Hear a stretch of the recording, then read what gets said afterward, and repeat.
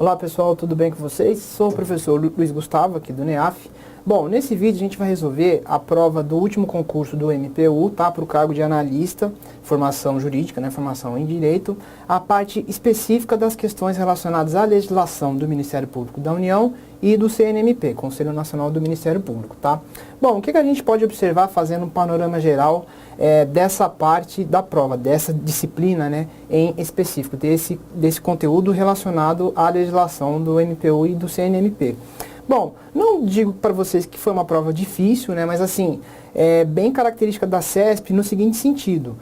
Você vê uma cobrança realmente de conhecimento de jurisprudência, tá? Algumas questões nós vamos verificar, o candidato que conhece, né, as jurisprudências do STJ, sobretudo do STF, certamente acaba se sobressaindo e acertando o maior número de questões, que é uma coisa característica da banca CESP mesmo, não tem jeito, tá? Mas, via de regra, grande parte das questões a gente encontra em leitura de norma, tá? Em leitura de texto legal. É possível resolver, claro, obviamente, mas a gente sempre vê, né, que a CESP realmente envereda aí por esse lado de realmente cobrar jurisprudência, decisões aí das cortes superiores. É bastante comum isso, tá? Bom, pessoal, então vamos começar. A primeira questão dessa parte de legislação do MPU, nós temos esse item aqui. Vamos julgar certo ou errado essa frase, né, esse item. Relativamente à competência constitucional do MPU, julgue o item a seguir. O MPU possui competência para ajuizar, em defesa do meio ambiente, a ação civil pública cujo pedido principal seja a declaração de inconstitucionalidade de determinada lei federal, tá? Vamos dividir esse item em dois e vamos tratar de dois assuntos aí separadamente. Bom, a primeira parte, pessoal, vamos lá. O MPU possui competência para ajuizar, em defesa do meio ambiente, a ação civil pública. Então a gente para aqui, a ação civil pública, tá? Por que eu estou fazendo essa divisão? Para a gente, primeiramente, ver, né, que, de acordo com a lei da ação civil pública, a lei 7347 de 85, né, obviamente, está lá, quem já teve acesso a essa lei sabe que o Ministério Público tem legitimidade para propor a ação principal e a ação cautelar, né, em sede aí de ação civil pública, tá? No artigo 1º a gente tem o quê? Rege-se pelas disposições desta lei, sem prejuízo da ação popular, então não confundam, tá, pessoal? Às vezes o candidato que às vezes não teve muito contato com o direito constitucional ainda, acaba confundindo a ação popular com a ação civil pública, mas são duas coisas distintas, tá? A ação popular, o próprio nome diz, qualquer cidadão pode apresentar, pode ser parte, pode ser autor numa ação popular. Na ação civil pública não, tá? O Ministério Público é o autor da ação civil pública, temos também Defensoria Pública, os entes federados, autarquias, tá? Tem outros legitimados que não cidadãos, tá? A ação popular realmente, como o próprio nome diz, é popular, é o povo, tem que ser um cidadão para realmente propor a ação popular. A ação civil pública não, tá? Então, continuando a leitura, as ações de responsabilidade por danos morais e patrimoniais causados, né, no inciso 1º do artigo, a gente tem aí o meio ambiente. Em suma, o que eu quero dizer para vocês? O Ministério Público, obviamente, tem aí legitimidade e competência para realmente participar em juízo, né, apresentar uma ação civil pública, propor, né, agir como autor, como parte, numa ação civil pública, cujo pedido, né, tem a ver com questões relacionadas ao meio ambiente, né, realmente evitar aí lesões morais e patrimoniais causadas ao meio ambiente, no caso aqui o inciso 1º. Tá? Então a ação civil pública o Ministério Público tem sim essa legitimidade. Tranquilo quanto a isso, tá? Contudo, pessoal, vamos voltar lá na questão. Então, esclarecido aí a primeira parte, a gente sabe que o MPU pode sim atuar na defesa do meio ambiente, né, que é o pedido da nossa questão. Então, até aqui, tudo certo. Agora, passando para a segunda parte deste item, a gente vê o seguinte, né, cujo pedido principal, então o pedido principal da ação civil pública em defesa do meio ambiente, seja a declaração de inconstitucionalidade de determinada lei federal. Aí, pessoal, é que eu disse para vocês, né, a gente acabou de falar isso, reforço. Tem um julgado, né, tem uma jurisprudência do Supremo Tribunal Federal que fala exatamente disso. A Suprema Corte teve oportunidade de se manifestar em torno dessa questão. Se uma ação civil pública pode ter como pedido principal essa questão, né, declarar inconstitucional determinada lei ou norma federal, tá? E aí eu apresento para vocês essa notícia que está aqui no site do Supremo, né, vocês podem consultar, de 2011, né, a prova foi em 2013, né, então vejam aí naquele momento, o candidato que tivesse conhecimento aí dessa jurisprudência do tribunal mataria a pau essa questão sem problema nenhum. Olha a manchete: declaração de inconstitucionalidade não pode ser pedido principal em ação civil pública. Né? Essa simples notícia aí já resolve a nossa questão. Né? Mas vamos ler aqui. O plenário do STF deu provimento à reclamação 1503, esse é o número da ação, está lá no Supremo, ajuizada na Corte contra a decisão que concedeu medida cautelar em ACP, que buscava a declaração de inconstitucionalidade de uma lei federal. Para os ministros, a declaração de inconstitucionalidade da norma era o pedido principal da ACP. Aí vocês pensam assim, mas então quer dizer que uma ação civil pública não pode abordar a questão da inconstitucionalidade? Pessoal, em princípio, né, a gente sabe disso, quem estuda controle de constitucionalidade lá no direito constitucional vê bem isso. A inconstitucionalidade, ela, em qualquer processo, ela pode ser incidental, tá? Então, realmente, no curso do processo, da apreciação, uma das partes pode realmente alegar a incidência de uma inconstitucionalidade no determinado fato concreto, no ato que está sendo concretamente apreciado pelo judiciário naquele momento. Então, a inconstitucionalidade, não só na ação civil pública, mas em diversos outros tipos de ação, ela pode acontecer, mas não como pedido principal, sim de maneira incidental. Aí tudo bem, tá? Isso pode acontecer em qualquer processo, não apenas de ação civil pública. Né? Esse incidente de inconstitucionalidade pode acontecer, tá? Mas aí a questão está tratando para a gente que, no caso, né, imaginando uma circunstância que o STF ajuizou uma ACP, uma ação civil pública, cujo pedido principal era a declaração de inconstitucionalidade. E, na verdade, isso não pode. Está aí o Supremo reconhecendo isso. Se a intenção do MPU, por exemplo, não fosse realmente afastar a vigência de uma determinada norma federal, o caminho correto qual seria? Uma ação direta de inconstitucionalidade. A gente sabe que o Procurador-Geral da República é uma parte legitimada a apresentar no Supremo Tribunal Federal uma ação direta de inconstitucionalidade. Aí sim, é o controle concentrado de constitucionalidade, não é controle difuso, não é um incidente, mas sim um controle concentrado, tá? E aí, neste caso, tudo bem, né? O MPU age como parte, como autor, como a parte autora dessa ação de inconstitucionalidade, e aí sim, né, você pode afastar a vigência de uma norma por força, né, se o Supremo declará-la de fato inconstitucional. Então aí sim seria possível, mas via ação civil pública, e ainda mais sendo pedido principal, a gente viu aí que não é possível. Tudo bem?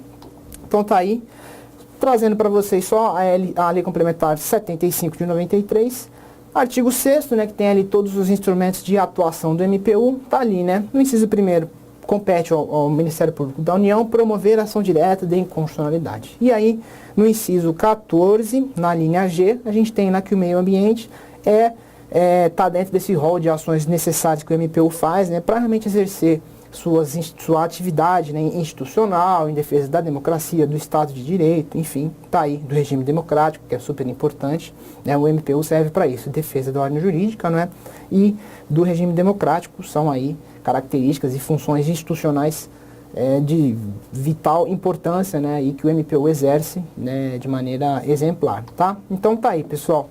Então, diante disso que a gente comentou, nessa segunda parte aí, do cujo pedido principal para frente, a gente viu que realmente a gente está diante de um erro, né? Então, o item está errado, porque a gente viu que existe uma jurisprudência do Supremo dizendo que o pedido principal da ação civil pública, não pode derivar, né, pedir diretamente a inconstitucionalidade. Isso não pode ser objeto de uma ação civil pública. No caso, aí seria o ideal, sim, a ação direta de inconstitucionalidade. Aí sim a gente pode realmente admitir que o MPU solicite, né, ingresse no Supremo Tribunal Federal para afastar a vigência de uma norma, tá? Então, é isso aí, pessoal. Por tudo isso, esse item está errado, gabarito errado, beleza? Passando para a próxima questão, pessoal, próximo item, vamos lá. Relativamente à competência constitucional do MPU, julgue o item a seguir. Os instrumentos de atuação do MPU na defesa da ordem jurídica incluem o ajuizamento pelo Procurador-Geral da República de ADC, ação declaratória de constitucionalidade de lei ou ato normativo, e de ADPF decorrente da Constituição Federal. Vamos lá, pessoal. Dando uma olhadinha na Lei Complementar 75, a Lei Orgânica do MPU, a gente tem lá novamente o artigo 6º, tá? Incisos 1º e 3º, vejam lá. Compete ao MPU promover a ação direta de inconstitucionalidade, tá? Tranquilo, e promover a arguição de descumprimento de preceito fundamental. Então, assim, quem olha o artigo 6º pensa, né, a ADIM tudo bem, né, a ação direta de inconstitucionalidade está ali expresso na lei, assim como a ADPF, né, a arguição de descumprimento de preceito fundamental, ambas estão ali no artigo 6º. Aí a pessoa pode se perguntar, mas a questão está falando de ADC, né, de ação declaratória de constitucionalidade, não está prevista ali no artigo 6º da Lei Complementar 75, nós acabamos de ver. Acontece, pessoal, a ação declaratória de constitucionalidade, ela não estava na redação original da Constituição. Tá? Lá em 1988 não existia a ação declaratória de constitucionalidade. Ela foi trazida para a Constituição por meio da emenda constitucional número 3, que é do ano de 1993. Por coincidência, é o mesmo ano aqui da Lei 75 de 93, tá? Eu acho que talvez o projeto de lei da lei orgânica do MPU já estivesse pronto, já estivesse numa tramitação avançada no processo legislativo, sobreveio aí a emenda constitucional. Acho que o legislador lá na hora se esqueceu, algum deslize, alguma coisa, não incluiu a ação de constitucionalidade, né, declaratória de constitucionalidade aqui no artigo 6º. Mas se você for olhar a Constituição, é perfeitamente possível sim, tá? Que o MPU, por meio do PGR, do Procurador-Geral da República, seja a parte autora de uma ADC, ou ADCOM, como prefiram, tá? Ação declaratória de constitucionalidade, tá? Então, isso que eu queria trazer para vocês. Só para reforçar, pessoal, isso que eu acabei de falar, lá no artigo 46, se vocês derem uma olhada no parágrafo único, tá lá, o PGR proporá perante o Supremo Tribunal Federal a ação direta de inconstitucionalidade de lei ou ato normativo federal. Então, a ADIM, a Lei Complementar 75, nos dá a resposta, mas a questão não trata de ADIM, né? Ela está tratando de ADC e de ADPF, e a gente vai atrás aí das respostas. Olhando lá no artigo 103, pessoal, da Constituição, podem propor a ADIM, ação declaratória de inconstitucionalidade, e a ação declaratória de constitucionalidade, a ADCOM, tá? Então, disciplina básica aí, super importante em direito constitucional, o famoso controle de constitucionalidade, tá? A gente tem o seguinte, quem são as partes, né, os autores dessas duas espécies de ações, né? Mesa da Câmara, mesa do Senado, mesa de Assembleia Legislativa ou da Câmara Legislativa do Distrito Federal, o presidente, o PGR, tá? Temos aí governador de estado ou do Distrito Federal, confederação sindical ou entidade de classe de âmbito nacional, o Conselho Federal da OAB e também partido político com representação no Congresso Nacional. Nunca se esqueçam, tá? Partido político com representação no Congresso Nacional. Então, precisa existir ali pelo menos um parlamentar ou um deputado ou um senador para que o partido político possa apresentar essas ações, tá? Mas vejam aí, o PGR é sim uma das partes que podem propor a ADIM ou a ADCOM. Então, a Constituição resolve o nosso problema. Embora a Lei 75 seja silente, né, com relação à ADC ou ADCOM, mas aí a Constituição resolve o nosso problema, que ela está dizendo, né, expressamente no artigo 103, que o Procurador-Geral da República, que sabemos que é o chefe da MPU, então ele, né, como ele representa o MPU, ele pode propor a ADIM e a ADCOM, né, e a ADCOM ou ADC, como queiram, está lá no pedido do nosso item, né, da nossa questão. Então a gente já vê aí que essa parte está correta. O MPU pode sim propor a ADC, tudo bem? Com relação à ADPF, a arguição de descumprimento de preceito fundamental, a gente tem no artigo 102, parágrafo 1º, né? Será, né, a ADPF, decorrente desta Constituição, será apreciada pelo STF na forma da lei. Então, o que a Constituição fez? Ela remeteu toda a disciplina relacionada à ADPF para a legislação ordinária, tá? E aí, o que a gente tem? A gente tem a Lei 9882 de 99, que é a lei da ADPF, que regulamenta aí toda a tramitação, os critérios da ADPF, e a gente encontra lá. Podem propor arguição de descumprimento de preceito fundamental. Quem são aqueles que podem ser partes autoras na ADPF? Os legitimados para ação direta de inconstitucionalidade. E aí vejam vocês que o PGR, a gente viu aqui, é um dos legitimados para propor a ADIM. Então, consequentemente, o PGR, chefe do Ministério Público da União, ele pode sim propor também a ADPF. Tudo bem? Isso é o que diz aqui a Lei 9882 de 99. Então, pessoal, relendo, a questão para a gente fechar. Os instrumentos de atuação da MPU na defesa da ordem jurídica incluem o ajuizamento pelo Procurador-Geral da República, de ADC de lei ou ato normativo federal e de ADPF decorrente da Constituição Federal.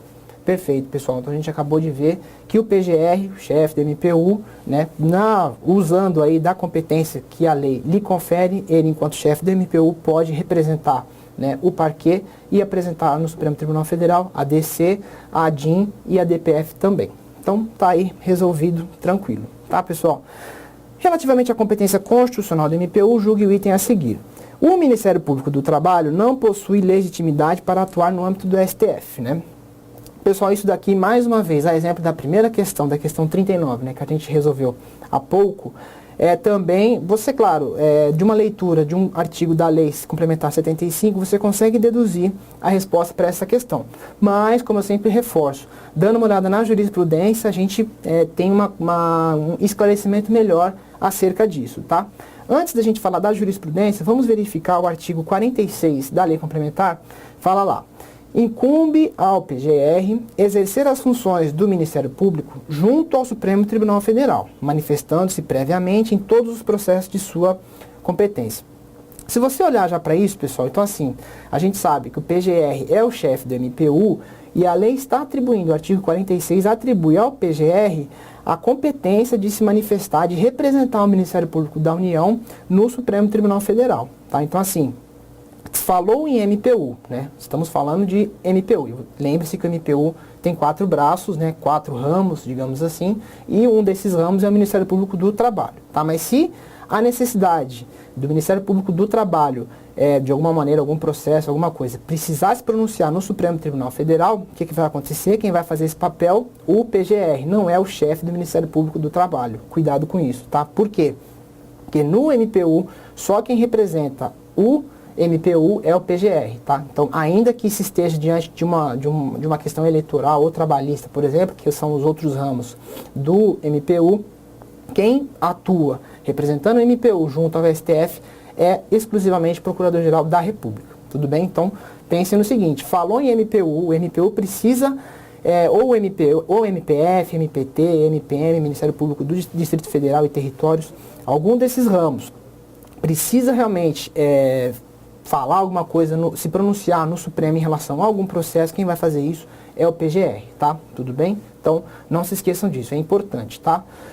Então, mas aí, pra gente falar, eu falei da questão da jurisprudência, que é relevante neste caso também, vejam só, em 2 reclamações, reclamação 4453, reclamação 4801, a ausência de legitimidade do Ministério Público do Trabalho para atuar perante a Suprema Corte, atribuição privativa do PGR, tá? E aí, ali no final, ó, processo que não está sujeito à competência da Justiça do Trabalho, mas sim do próprio STF, motivo porque não pode o MPT nele atuar, sob pena de usurpar a atribuição conferida privativamente ao PGR. Então vejam, qualquer ramo do MPU, né, que precise se pronunciar no Supremo Tribunal Federal vai ser representado pelo Procurador-Geral da República, que é o chefe do MPU.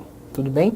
Situação diferente seria, pessoal, se a gente estiver falando do Ministério Público dos Estados. Aí é outra coisa, tá? Ministério Público dos Estados, se por meio de uma reclamação, algum recurso extraordinário, alguma coisa nesse sentido, se algum processo que tem aí a intervenção do Ministério Público Estadual, se o parquê estadual precisa se pronunciar no Supremo, aí é outra questão, tá? Isso aqui que a gente está falando é do MPU, tá? Em específico do MPU e seus ramos, tá?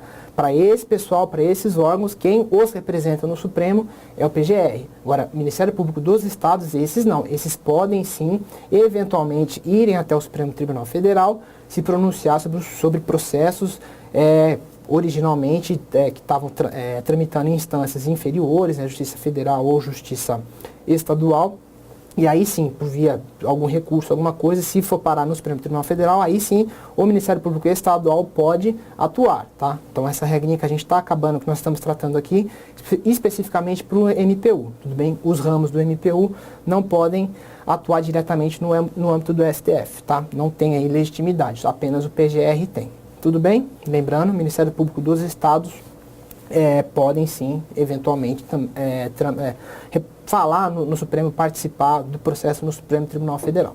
Beleza? Então tá aí, pessoal, é correto. O MPT não possui legitimidade para atuar no âmbito do STF. tá joia? Questão 42, tá? Vamos lá. Relativamente à competência constitucional do MPU, julgue o item a seguir. Se, em sede de investigação criminal ou instrução processual penal conduzida pelo MPU, fizer-se necessária a quebra do sigilo de comunicação telefônica e fiscal de indivíduo investigado ou processado, o parquê deverá requerê-la ao órgão judicial competente, já que não tem competência para determiná-la unilateralmente. Esse assunto, pessoal, de quebra de sigilo é bastante, digamos assim, o pessoal acaba confundindo bastante e até o Supremo Tribunal Federal tem tomado decisões interessantes e relevantes ultimamente acerca disso. Tá? Primeira coisa, aqui a questão está falando de sigilo telefônico e sigilo fiscal. Tá? Então a gente tem aí duas espécies de sigilo. Não estamos falando do sigilo bancário, tá? Não é objeto da nossa questão. Tá? Isso, por um lado, acaba sendo um facilitador, vocês vão entender por quê. Dê uma olhada aqui no artigo 6º da Lei Complementar 75. Tá? Compete ao MPU, né? Então a gente tem lá no inciso 18, representar, na linha A, ao órgão judicial competente para que haja, né, quebra de sigilo da correspondência e das comunicações telegráficas, de dados e das comunicações telefônicas para fins de investigação criminal ou instrução processual penal, bem como manifestar-se sobre representação a ele dirigida para os mesmos fins. Tá? Destaco, pessoal, vejam que quebra de sigilo telefônico fiscal é apenas para investigação criminal ou instrução processual penal. Cuidado com isso, tá?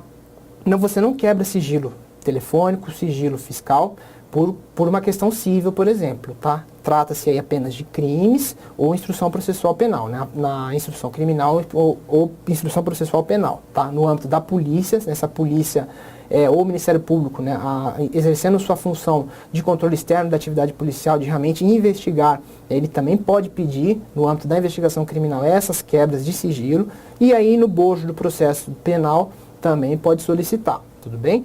Mas vejam que o MP diretamente ele não quebra sigilo, tá? Realmente tem que ter aí um órgão judicial, tem que ter uma autorização de um juiz, tá? De uma autoridade judiciária para que haja essa quebra, tudo bem? Então o Ministério Público não tem legitimidade para quebrar nem sigilo fiscal, nem sigilo telefônico e nem sigilo bancário, tá? Então a gente tem que ficar atento com isso e não confundir, tudo bem? Jurisprudência do STJ, pessoal, no habeas corpus número 160.646. Vejam vocês que, né, é até interessante a consideração que ele faz.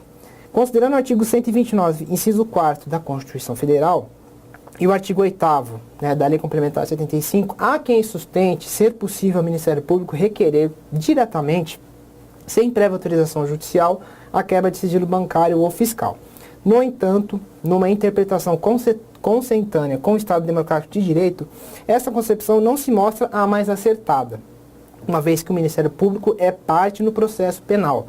E embora seja entidade vocacionada à defesa da ordem jurídica, representando a sociedade como um todo, não atua de forma totalmente imparcial. Ou seja, não possui a necessária isenção para decidir sobre a imprescindibilidade ou não da medida que excepciona os sigilos fiscal e bancário. O que isso quer dizer, pessoal? O Ministério Público não tem a isenção que o juiz tem, né? Aquela imparcialidade que se exige, né? Que é natural que o juiz tenha, né? Então, veja, justamente por isso, porque o Ministério Público é o titular da ação penal, né? E realmente ele labuta, né? Ele trabalha para que haja uma condenação em caso de realmente se comprovar por meio de provas a existência de um crime, tá? Então, como ele atua como parte, como ele é autor, o titular da ação penal, o STJ está entendendo o seguinte: poxa, se você é autor, você não pode quebrar o sigilo bancário, sigilo fiscal e telefônico do réu. Né? Isso realmente tem que ser apreciado por uma autoridade isenta, uma autoridade imparcial. Tá? Então, por conta disso, né, por não existir essa isenção, digamos, aí que se entende que o melhor é que o MP requeira ao judiciário, tá? E aí o judiciário, sim, que vai se pronunciar, vai autorizar ou não essa eventual quebra de sigilo. Tudo bem? Então aí, diante disso que a gente falou, realmente, pessoal, o Ministério Público precisa solicitar a quebra de sigilo fiscal, telefônico, bancário também, tá? Ao órgão judiciário para que aconteça essa quebra de sigilo. E aí sim a investigação ou o curso do processo penal continue, tá? Então veja aí que é necessário sim intervenção do judiciário, o Ministério Público não quebra sigilo, tá? Tem uma exceção, pessoal, com relação ao sigilo bancário, tá? Cuidado, a questão está falando de telefônico e fiscal. Sigilo bancário, só estou fazendo um adendo, dando um plus aí para vocês. Sigilo bancário, o Ministério Público também não pode quebrar, tá? Exceto se essa conta bancária, né, estamos falando de sigilo bancário, se essa conta bancária contiver recursos públicos. Aí não, como o Ministério Público, assim como o Tribunal de Contas, né, como são duas instituições que têm legitimidade para realmente fiscalizar os recursos públicos, né, os bens que pertencem, né, os recursos que pertencem ao erário, então aí sim, neste caso, em se tratando de recursos públicos, o Ministério Público não precisa dessa autorização judicial, porque é da função institucional, tanto do Ministério Público, Tribunais de Contas, enfim, fiscalizar o recurso público, o uso do recurso público de acordo com a lei, com que prevê as normas, né? Então, para recursos públicos não há necessidade de autorização para quebra de sigilo bancário, tá bom? Mas para todos os outros casos, sim, não sendo recursos públicos, aí o Ministério Público também precisa da autorização judicial para quebrar sigilo bancário, tá? Só esse adendo aí com relação a sigilo bancário. Tudo bem? Passando para a próxima, pessoal, essa questão foi anulada, tá? Já vamos conversar sobre isso, mas está aí. Relativamente à competência constitucional do MPU, julgue o item a seguir. A intervenção do MPU é obrigatória em todos os atos de processo instaurado em virtude de ação ajuizada por índios em defesa de seus direitos e interesses. Essa questão, pessoal, é o seguinte. Vamos dar uma olhadinha na Constituição. Primeira coisa que a gente tem que relembrar. Né? Lá no artigo 129, no inciso 5, no inciso 5, a gente tem o seguinte: são funções institucionais do Ministério Público defender judicialmente os direitos e interesses das populações indígenas. Tá? Então, com relação a isso, é ponto pacífico que todos os direitos e interesses dos índios, de populações indígenas, tudo que envolve ali cultura indígena, terras indígenas, enfim, o Ministério Público tem essa prerrogativa, essa função, na verdade, né, de realmente defender as comunidades indígenas, tá? Ainda mais, pessoal, artigo 232 da Constituição, tá? Cuidado que às vezes esse artigo 232 ele se situa numa parte da Constituição que o pessoal não lê muito, né? Mas cuidado, pessoal, para concurso, tenham conhecimento da Constituição como um todo, tá? Artigo 232. Os índios, suas comunidades e organizações são partes legítimas para ingressar em juízo em defesa de seus direitos e interesses, intervir no Ministério Público em todos os atos do processo. Então vejam, tanto o Ministério Público defende judicialmente os direitos e interesses das populações indígenas, a gente sabe disso, mas os índios, eles não dependem do Ministério Público para tudo, né? Eles realmente têm legitimidade para atuarem diretamente, serem partes, né, em discussões judiciais para a defesa aí dos seus direitos e interesses, como diz aqui o artigo 232, tá? Claro, tem índio no processo, vai haver obrigatoriamente, né, interesses indígenas, né, melhor dizendo. Tem interesses indígenas envolvidos no processo, o Ministério Público vai obrigatoriamente intervir, tá? Então isso aqui é o mais relevante que vocês saibam, tudo bem? É uma regra constitucional, tudo bem? Aí, pessoal, dê uma olhadinha no artigo 37 lá da Lei Complementar 75, fala o seguinte. Então, mas primeira coisa, antes da gente passar para a LC 75, então só para deixar claro, né? Ministério Público, tá? Veja que aqui no 232 ele está usando a expressão Ministério Público, aqui no 129 ele está usando também a expressão Ministério Público, tá? Aí se a gente passar para a LC 75, a gente tem o seguinte: o MPF, então vejo aqui que não é Ministério Público mais, Ministério Público Federal, tá? Artigo 37 da Lei Complementar 75. O MPF exercerá as suas funções.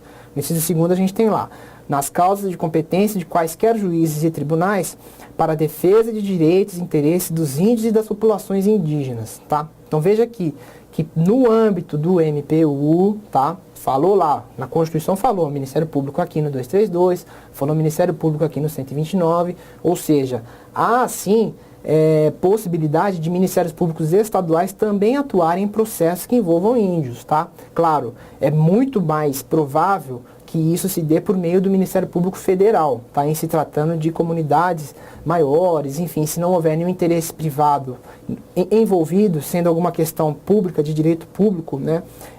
Certamente vai ser função do MPF de representar e defender os índios, tá? Mas vejam aqui, só para deixar claro, aqui na Constituição fala em Ministério Público, nesses dois artigos, e aqui no 75 fala em MPF. Então, 99% dos processos que forem tratar de causas indígenas, certamente a gente vai ter aí Ministério Público Federal. De uma maneira bastante subsidiária, ocasionalmente pode haver a atuação dos Ministérios Públicos estaduais, tudo bem?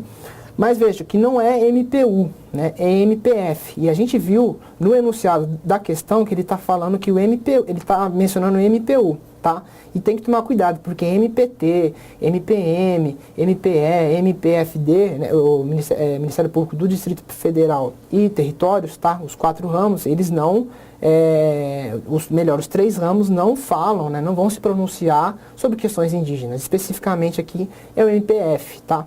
Então, por esse motivo, pessoal, houve a anulação da banca e ela deu a seguinte justificativa. A redação do item, vocês sabem, né, quem já teve costume de fazer prova da CESP e tal, assim que eles divulgam o gabarito e após os recursos, eles realmente têm o hábito de alterar gabarito, isso é bastante comum acontecer em provas da CESP, tá?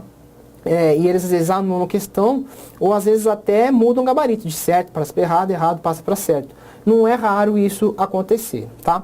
Mas veja aqui a justificativa que eles deram. E além de mudarem gabarito ou cancelarem, anularem questões, eles divulgam justificativas. E a gente tem a justificativa para essa questão. A redação do item prejudicou o seu julgamento objetivo, visto que o uso da sigla MPU suscitou ambiguidade. Dessa forma, opta-se por anulação. Então vejam que realmente ter usado o MPU dificultou um pouco ali, realmente ficou um pouco esquisito, porque a gente viu que ou é Ministério Público ou o MPF, né, que realmente vai ser o grande responsável em atuar na maioria dos processos que envolvam questões indígenas, tá? Então, por esse motivo, o gabarito inicial havia sido marcado como certo, tá? Mas aí após os recursos eles cancelaram, porque realmente intervenção do MPU, não, intervenção do MPF seria o mais adequado aí para acontecer. Mas ainda assim, se tivesse MPF, também acho que daria margem a recurso, porque a Constituição fala em MP, em Ministério Público, e a gente sabe que não é algo muito comum, mas Ministérios Públicos estaduais, a depender da circunstância, do caso concreto,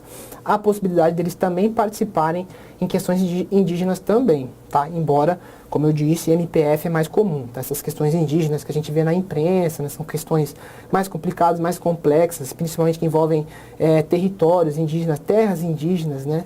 Então, são questões mais delicadas e o MPF é que vai ser o legitimado, aí, é o que tem a competência para atuar nesses processos e defender os direitos indígenas, tudo bem? Dos índios, né? Então, tá joia, pessoal? Então, a questão foi anulada, muito embora o gabarito originalmente publicado dava a questão como certa, tá? Vamos lá. No que se refere aos direitos, às garantias e às prerrogativas dos membros do MPU, julgue o item seguinte. Ressalvados os membros do MPDFT, os membros do MPU que integravam a carreira na data da promulgação da Constituição Federal podem exercer a advocacia desde que estejam regularmente inscritos na Ordem dos Advogados do Brasil. Pessoal, essa questão hoje em dia é bastante tranquila, tá? Por que eu digo isso? Hoje em dia, a partir da Constituição de 88, a gente tem lá, no artigo 128, parágrafo 5º da Carta Magna, a questão daquilo que é previsto de prerrogativa para os membros do Ministério Público e também as vedações, tá? Então, aqui no parágrafo 5º, passando, a gente tem no inciso 2º a questão das vedações, tá? Então, veja que nas vedações, que está à direita de vocês aí, a gente tem lá na letra B, na linha B, a vedação de exercer a advocacia. Então, o que acontece? Hoje em dia, o promotor que ingressou no Ministério Público após a Constituição de 88, ele não pode exercer a advocacia. Isso é tranquilo, é fácil de a gente compreender. A questão fica quem já era membro do Ministério Público antes da entrada em vigência, da promulgação da Constituição de 88, tá? Então, a gente tem assim, hoje em dia, a regra geral, né, que vocês têm que levar, têm que conhecer para a prova de vocês. Ao membro do MP é vedado o exercício da advocacia. Pum, curto e grosso, acabou, tá? Porém, no ADCT, né, vejam só como a CESP é meio maldosa nesse aspecto. Ela foi buscar lá no ADCT um amparo, enfim, para exigir isso do candidato na prova do MPU. Então, no artigo 29, a gente tem assim: enquanto não aprovadas as leis complementares relativas ao Ministério Público, à Advocacia Geral da União, tá? Ministério Público Federal, continuarão a exercer suas atividades na área das respectivas atribuições. No parágrafo 3º, a gente tem assim: poderá optar pelo regime anterior, no que respeita às garantias e vantagens, o membro do MP, admitido antes da promulgação da Constituição, observando-se quanto às vedações, a situação jurídica na data desta. Quando ele fala poderá optar pelo regime anterior, significa o seguinte: antes da Constituição de 88, o membro do MP podia advogar, até porque a representação judicial dos órgãos da União era feita pelo Ministério Público, mas isso, obviamente, antes da Constituição. Depois da Constituição de 88, a representação judicial da União é feita, né, pela AGU. Então, o Ministério Público deixou de exercer essa função de representação judicial da União, dos estados, dos municípios, enfim. Né? Isso anteriormente à Constituição. Era possível, né, era competência do Ministério Público representar os entes federados em juízo, tá? Mas aí, então, justamente como eles atuavam como advogados, né, afinal de contas, eles representavam as entidades, né, os entes federados em juízo, então isso é uma função típica de advogado, de procurador. Então, aí neste caso, admitia-se que eles também podiam advogar anteriormente à Constituição. Com o advento da nova ordem constitucional, aí sim, vedou-se o exercício da advocacia, mas o ADCT, o Ato das Disposições Constitucionais Transitórias, está admitindo que o pessoal que já estava no Ministério Público antes de 88, então esse pessoal pode continuar exercendo a advocacia. Obviamente, só exerce a advocacia quem é bacharel em Direito e inscrito na OAB. Então, claro, é pressuposto para que você seja advogado, ter formação jurídica e ser advogado regularmente inscrito na OAB. Então, obviamente, tá? Para esse pessoal que já estava antes, eles podem continuar advogando, tá? Então, veja aí que é uma transição, realmente assegurou, né, para que eles mantivessem as atividades deles enquanto advogados, tá? Mas é isso, pessoal, realmente, mas veja que a CESP buscou lá uma DCT, né, um amparo, enfim, para poder fazer essa questão, tá? Aqui, pessoal, trouxe para vocês um adendo aí, algo a mais, um plus. Se vocês derem uma olhada na resolução do Conselho Nacional do Ministério Público, resolução número 8 de 2006, tá lá. Somente poderão exercer a advocacia com respaldo no parágrafo 3º do artigo 29 do ADCT, que a gente acabou de ver, os membros do MPU que integrava a carreira na data da sua promulgação. Então, o pessoal que na data da promulgação já era membro do MP, podem advogar. E que desde então permaneça regularmente inscrito na OAB. Então o camarada paga as anuidades da OAB, já estava inscrito, tal. Então, ele continua lá podendo advogar. Tudo bem? O exercício da advocacia para os membros do Ministério Público do DFT, Distrito Federal e Territórios, está incondicionalmente vedado desde a vigência do artigo 24, parágrafo 2º da Lei Complementar 40 de 81. Essa Lei Complementar 40 de 81, pessoal, ela fala o seguinte: membro de Ministério Público estadual não pode advogar. Tá? Então vejo que desde 81, então bem antes da Constituição de 88, membro de Ministério Público estadual não pode advogar. Tá? Então, realmente, para esse pessoal, a regra é mais antiga. Tá? Para o MPU, entre 81 e 88, eles podiam advogar, agora não podem mais. Tá? Então, só essa consideração. Por isso que a questão também fala, né? Ressalvados membros do MP-DFT. Tá? Então, porque eles realmente é vedado o exercício da advocacia, assim como para os membros dos Ministérios Públicos Estaduais, para esse pessoal é vedado desde 81, tá? A Lei Complementar 40 que a gente acabou de ver. Tudo bem?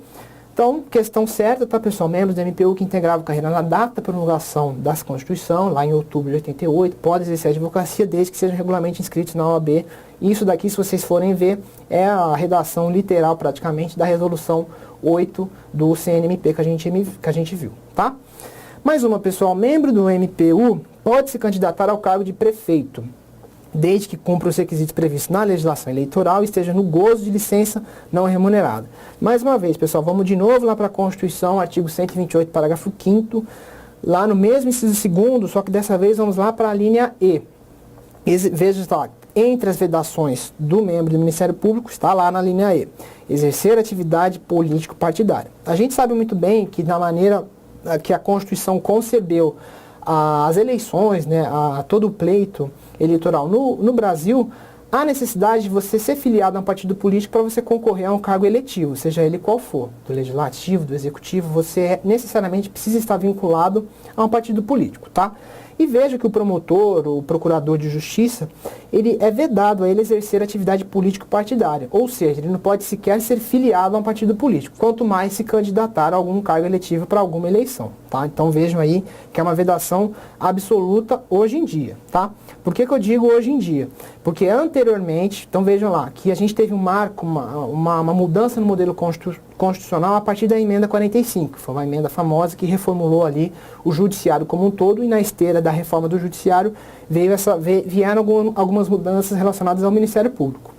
Nesse dispositivo constitucional, antes da Constituição, então à esquerda do vídeo de vocês, a gente tem na linha E, né, a vedação era anteriormente a seguinte: exercer atividade político-partidária, salvo exceções previstas na lei. Nessa lei aí, é a Lei Complementar 75, que eu já vou mostrar para vocês.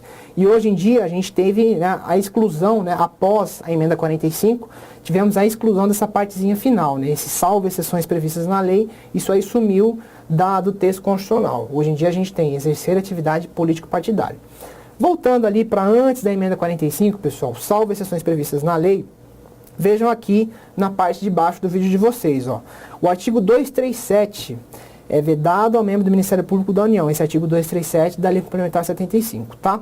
Vejam lá no inciso 5º, exercer atividade político-partidária, aí lá no finalzinho tinha, né, ressalvada a filiação e direito de afastar-se para exercer cargo eletivo ou a ele concorrer.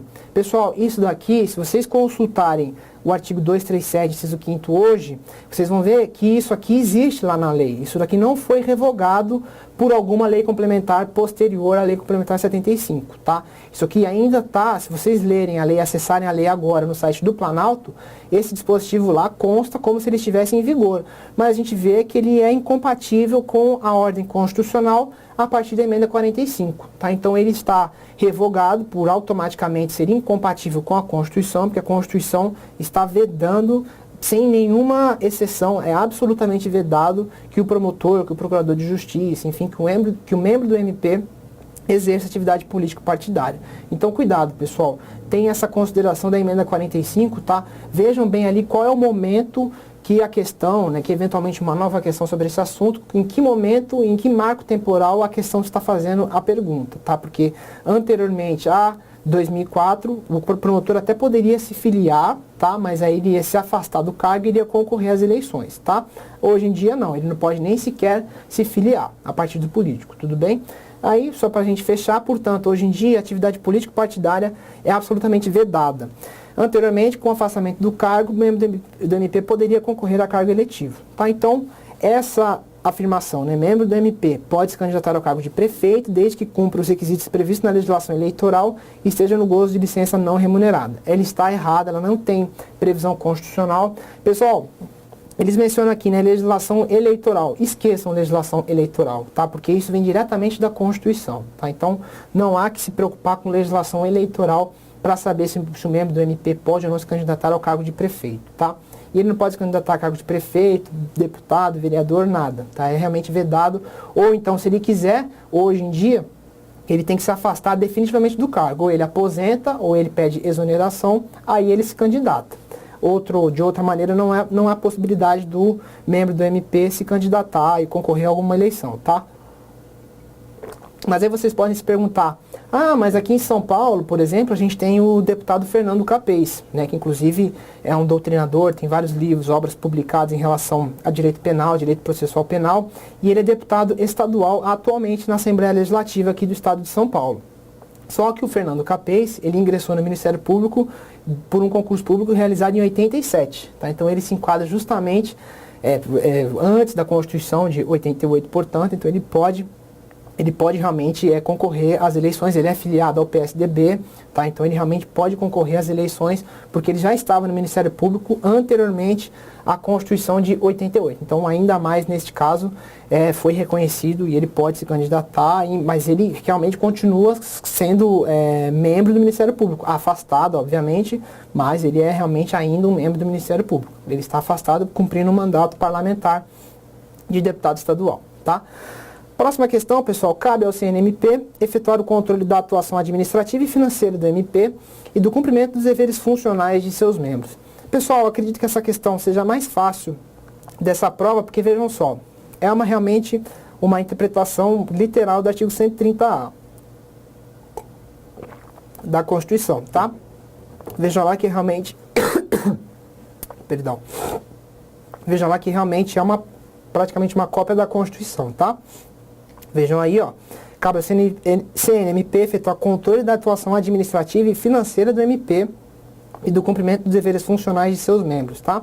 Então, Tá aí, ó, controle da atuação administrativa e financeira do MP e do cumprimento dos deveres funcionais de seus membros. Então veja que o CNMP, Conselho Nacional do Ministério Público, ele atua meio que numa função correcional, tá? Ele tem essa função de realmente de corregedoria, de realmente ver se os procuradores, se os procuradores de justiça, né, se os promotores estão realmente atuando administrativamente e funcionalmente de maneira correta, tá? Então é nessa função que o CNMP atua, tudo bem? Então é uma questão bastante tranquila, é realmente Ctrl-C, Ctrl-V da que a gente tem no artigo 130A da Constituição.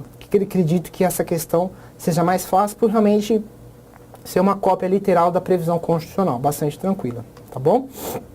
No 47, pessoal, não constitui competência do CNMP a revisão, de ofício ou mediante provocação, dos processos disciplinares de servidores do MPU.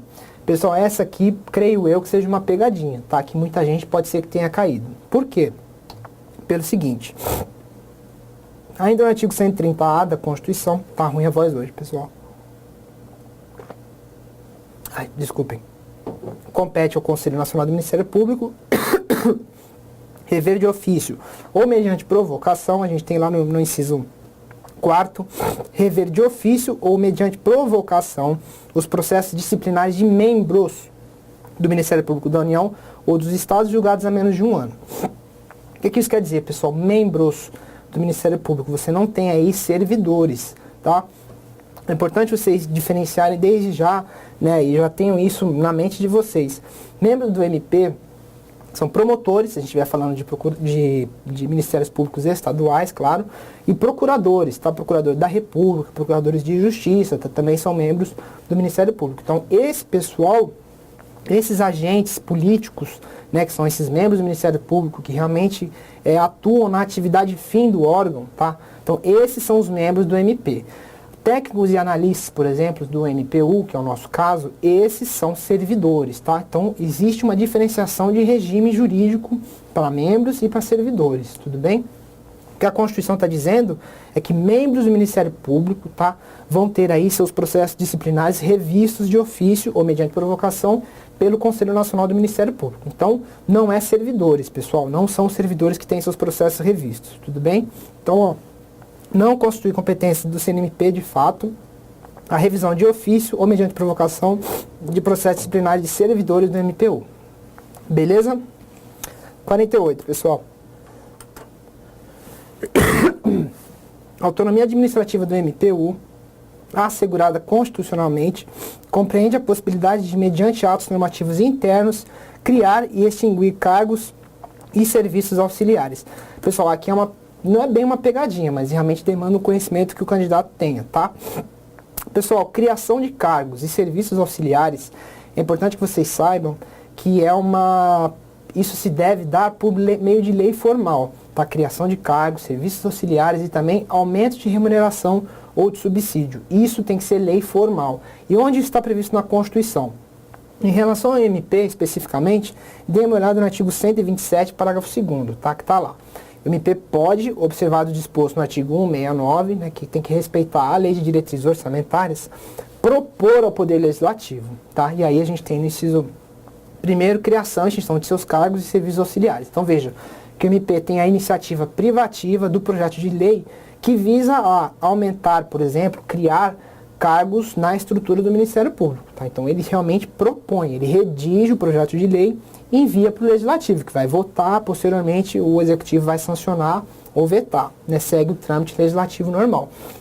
Mas a autoria do projeto de lei, veja que é a competência privativa do Ministério Público e veja que ele propõe, tá? Então não há como um ato administrativo do Ministério Público realmente criar ou extinguir cargos e serviços, tudo bem? Então, isso é tranquilo, pessoal. Exigência de lei formal para criação e extinção de cargos inclusive isso não se aplica apenas ao MPU, mas a qualquer órgão, tá? Cuidado para vocês não caírem em pegadinhas desse tipo, tudo bem? Faça um adendo. Remuneração também. Apenas lei formal reajusta subsídio, salários de servidores, tá? Assim como cria vantagens, vamos criar vantagens remuneratórias para servidores. Tudo isso tem que ser feito, tem que ser instituído por meio de lei, tá bom? Pessoal, nossa penúltima questão, no tocante aos princípios e garantias institucionais do MP, julgue o próximo item. de acordo com a CF, Constituição Federal, são princípios institucionais do MP, independência funcional, indivisibilidade e unidade. Essa aí talvez ela seja até mais fácil do que a questão do CNMP, que eu havia dito que era mais fácil. Essa daí, pessoal, decorre diretamente do artigo 127 da Constituição. Lá no parágrafo 1º, a gente tem unidade, indivisibilidade e independência funcional como sendo aí os princípios institucionais do MP. Então, vejo aí que é a decorrência direta da Constituição. Questão talvez essa sim seja a mais fácil da prova. É correta porque é uma mera reprodução aí do texto constitucional, tá bom? E aí, por fim, a gente chega na 50, no tocante aos princípios de garantias. Vamos lá para a leitura da frase mesmo, do item em si. A autonomia financeira do MP abrange a capacidade de elaborar a sua proposta orçamentária e a capacidade de gerir e aplicar os recursos orçamentários destinados à instituição. Isso quer dizer o seguinte, pessoal. Autonomia financeira é bem isso que a questão está dizendo. Ela tem dois prismas, tem duas faces, digamos assim. Realmente, ele elabora a sua proposta orçamentária, tá? Mas desde que ele observe a lei de diretrizes orçamentárias, tudo bem que está amarrado na LDO, todo mundo tem que seguir, tá? O Ministério Público, o Legislativo, o Judiciário, a LDO amarra todos os poderes, então eles têm que observar esses parâmetros para apresentarem sua proposta orçamentária para o exercício seguinte, tá? E além disso, podendo apresentar a sua proposta, obviamente ele tem que ter autonomia para executar essa proposta, tá? Então a ideia é essa. Então a autonomia orçamentária, a autonomia financeira é nesse sentido. Eu faço a minha proposta orçamentária e depois eu a executo. Tudo bem? Eu tenho autonomia, ninguém vai interferir, nenhum outro poder pode interferir tanto na minha elaboração da proposta como na minha execução financeira propriamente dita, tá? Então é nesse sentido. Está aqui o artigo 127, parágrafo 3º, que seria o amparo mais adequado para essa questão. O Ministério Público elaborará a sua proposta orçamentária dentro dos limites estabelecidos na LDO, tá? Que a Lei de Diretrizes Orçamentárias que amarra todos os poderes.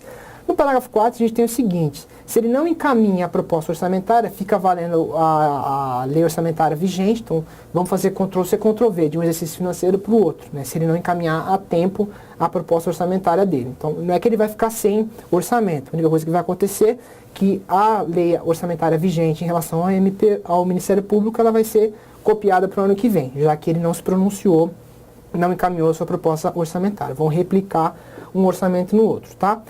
Se for encaminhado em desacordo com os limites da LDO, aí o Executivo pode modificar a proposta do MP para que se fique em concordância com a Lei de Diretrizes Orçamentárias, tá? Então veja aí que realmente observar a LDO é sagrado para todos, tá? Todos os órgãos independentes e autônomos, todos os poderes, esse pessoal que tem autonomia orçamentária, que tem dotação orçamentária própria, que recebe diretamente recursos do orçamento, esse pessoal tem que tem que observar a LDO para enviar suas propostas, não tem jeito, a LDO amarra todo mundo, tá? Fazendo um adendo, pessoal, na ADIM 4356, lá do STF, a gente tem o seguinte, uma frase bacana que a gente colocou aqui para vocês, para ilustrar um pouquinho mais como a jurisprudência tem enfrentado essa questão da autonomia financeira, A autonomia financeira não se exaure na simples elaboração da proposta orçamentária, sendo consagrada, inclusive, na execução concreta do orçamento e na utilização das dotações postas em favor do Ministério Público, tá? Então, veja, destacamos aí em verde a parte final, para justamente vocês não raciocinarem apenas com o fato de eles poderem propor a sua própria lei orçamentária, a parte do orçamento que lhes incumbe, que é a destinação de recursos para eles, mas a execução também está no bojo, está nesse conceito de autonomia financeira. Então o Executivo não pode interferir, que o Executivo é o que tem a chave do cofre, digamos, é ele que repassa os duodécimos até o dia 20 de cada mês, está lá no artigo 168 da Constituição. Então o repasse orçamentário para os poderes e para o MP é feito pelo Executivo, Então o Executivo não pode agir de maneira diferente, ele não pode passar menos, passar mais, ele tem que realmente cumprir aquilo que está previsto na lei orçamentária e da mesma maneira ele não pode interferir naquilo que o MP vai fazer com esse dinheiro, por exemplo. Isso é problema do Ministério Público, ele vai agir de acordo com a lei orçamentária prevista, por ele mesmo proposta, tá? Então, esse é o conceito de autonomia financeira, tanto de propor como de executar o seu próprio orçamento, tá? E aí, por fim, a gente tem que a questão está correta, A autonomia financeira do MP abrange capacidade de elaborar a sua proposta orçamentária e capacidade de gerir e aplicar os recursos orçamentários destinados à instituição, bastante tranquilo. Tudo bem, pessoal? Então, pedindo perdão aí pela voz, pela tosse, mas só para trazer para vocês, pessoal, tentar auxiliar nos estudos de vocês, tá? Essa foi a prova de analista em direito de 2013 do MPU, tá? Espero que vocês tenham gostado, que vocês venham fazer o curso conosco, tá? Certamente durante o curso a gente vai explorar bastante a Lei Complementar 75, a ordem constitucional com relação ao MP, né, ao Ministério Público da União, e também trazer para vocês, ilustrar o nosso estudo com jurisprudências, né, porque a gente viu que a CESP cobra bastante a questão jurisprudencial, o que tem sido decidido nas cortes superiores, especialmente STJ e STF, que envolve aí o Ministério Público, tá? Então, vamos tentar trazer tudo isso para que vocês realmente tenham a maior bagagem de conhecimentos possíveis, né, para sair o vindouro edital do MPU que está para sair aí até o fim de 2017. A gente acredita que esse edital seja publicado. Tudo bem? Pessoal, espero que tenham gostado, tá? Um bom estudo para vocês e até uma próxima. Um abraço.